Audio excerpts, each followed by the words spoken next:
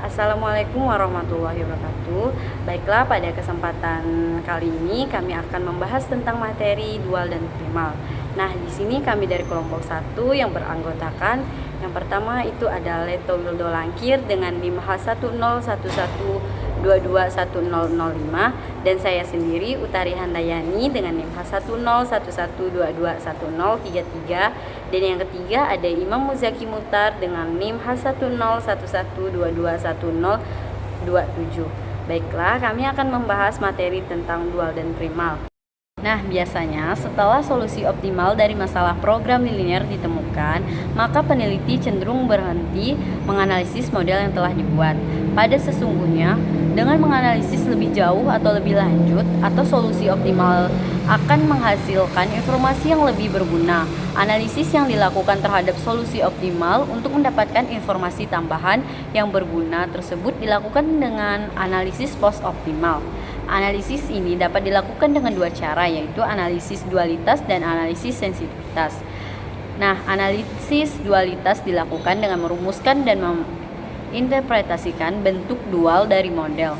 Bentuk dual adalah suatu bentuk alternatif dari model program linear yang telah dibuat dan berisi informasi mengenai nilai-nilai sumber, biasanya membentuk sebagai batas model. Setiap masalah program linear yang bertujuan mencari nilai maksimum selalu bertalian atau berkaitan dengan suatu masalah program linear dengan tujuan untuk mencari nilai minimum yang disebut dual. Masalah yang pertama. Sebaliknya, masalah program linear yang bertujuan mencari nilai minimum selalu bertalian atau berkaitan dengan suatu masalah program linear yang bertujuan untuk mencari nilai maksimum. Selalu disebut dengan dual. Masalah pertama disebut dengan primal, sedangkan masalah kedua disebut dengan tujuan berlawanan dengan dual. Oke, baiklah, saya Leto ingin melanjutkan presentasi dari Utari tadi. Bisa dilihat pada gambar di samping kegunaan analisis dualitas bagi pengambilan keputusan, yaitu yang pertama, model primar akan menghasilkan solusi dalam bentuk jumlah laba yang diperoleh dari memproduksi barang atau biaya yang dibutuhkan untuk memproduksi barang. Yang kedua, model dual akan menghasilkan informasi mengenai nilai atau harga dari sumber-sumber yang membatasi tercapainya laba tersebut. Nah, yang ketiga, solusi pada model dual memberikan informasi tentang sumber-sumber yang digunakan untuk menentukan apakah perlu menambah sumber-sumber daya serta berapa biaya yang harus dikeluarkan untuk tambahan tersebut. Hubungan khusus antara primal dan dual yaitu dibagi menjadi beberapa. Yang pertama, variabel dual Y1, Y2, dan Y3 berhubungan dengan batas model primal,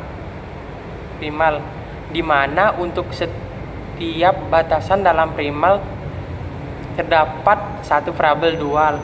Misal, dalam kasus di atas model primar mempunyai 3 batasan, maka dualnya akan mempunyai 3 variabel keputusan.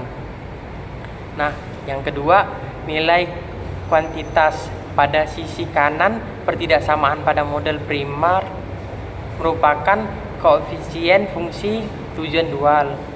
Yang ketiga, koefisien batas model primar merupakan koefisien variabel keputusan dual. Terus yang keempat, koefisien fungsi tujuan primar merupakan nilai kuantitas pada sisi kanan pertidaksamaan pada model dual. Nah, dan yang terakhir, pada bentuk standar model maksimasi primal memiliki batasan-batasan kurang dari sama dengan, sedangkan model minimalisasi dual memiliki batasan-batasan lebih dari sama dengan. Untuk catatannya tuh, yang pertama, untuk mentransformasi model primar ke dalam keadaan dual, yaitu bahwa model primar harus dalam bentuk standar, sehingga bila model primar belum dalam bentuk standar harus diubah dulu menjadi bentuk standar. Terus yang kedua, untuk masalah maksimalisasi, bentuk standarnya yaitu fungsi batasan mempunyai tanda kurang dari sama dengan. Dan yang ketiga, untuk masalah minimisasi, bentuk standarnya yaitu fungsi batasan mempunyai tanda lebih besar dari sama dengan.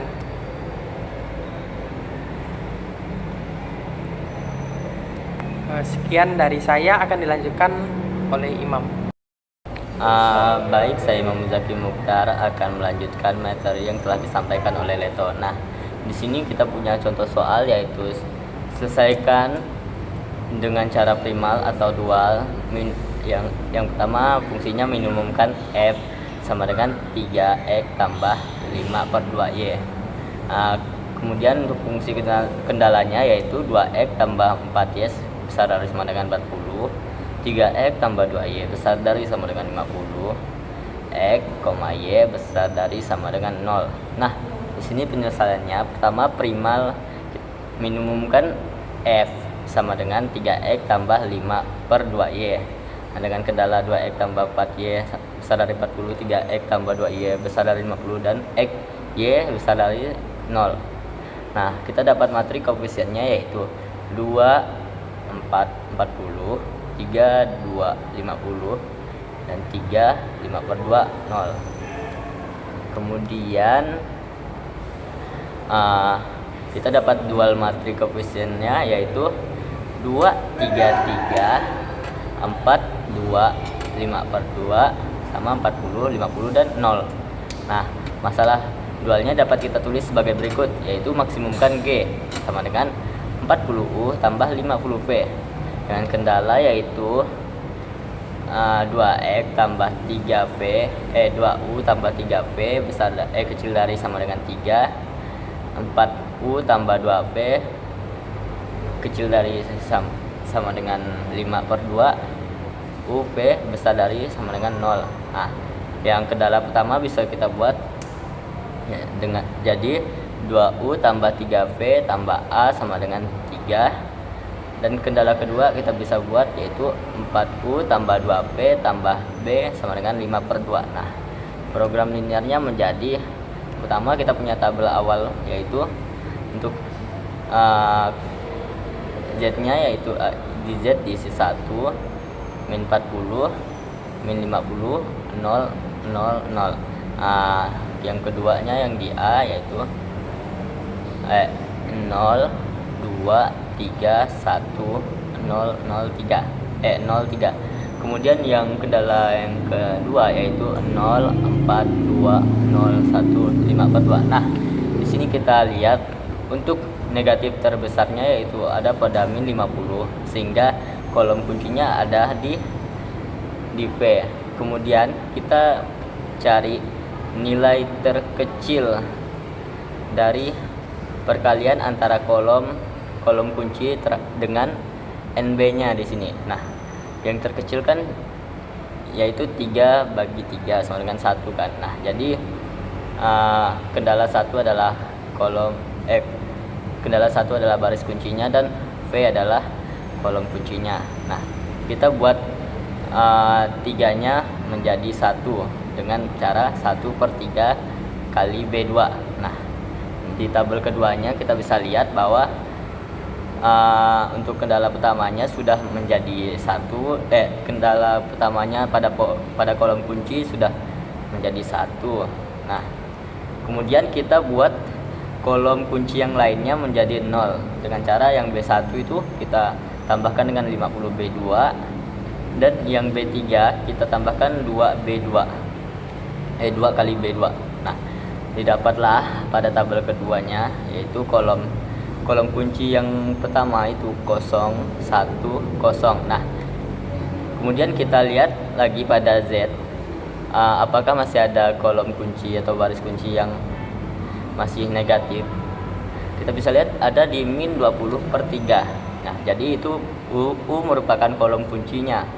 Kemudian kita seperti yang tadi kita bagikan S terhadap kolom kunci, di mana yang kita cari yang paling kecil dan didapat yang paling kecil yaitu kendala kedua. Maka 0,8/3 0 min 2/3 1 min 1/2 merupakan baris kuncinya. Nah, kita buat kolom kunci yang ada pada baris kunci menjadi 1 dengan cara mengalihkannya, yaitu dengan 3/8 kali B3. Nah, kemudian pada tabel berikutnya kita bisa lihat bahwa kolom kunci pada baris kuncinya telah menjadi 1. Kemudian kita membuat semua kolom kunci yang lainnya selain di baris kunci menjadi 0 dengan cara B1 yang baris 1 itu ditambah dengan B1 tambah 20/3 kali B3, dan baris kedua itu dikali 2/3 B3. Nah, didapatlah kolom kunci U yaitu 001. Nah, setelah kita lihat bahwa pada Z sudah tidak ada lagi yang negatif, maka literasi ini selesai. Dari perhitungan di atas, maka didapat bahwa Z-nya sebesar 205/4. Maka ini merupakan nilai maksimumnya. Baik, sekian penjelasan dari saya. Terima kasih.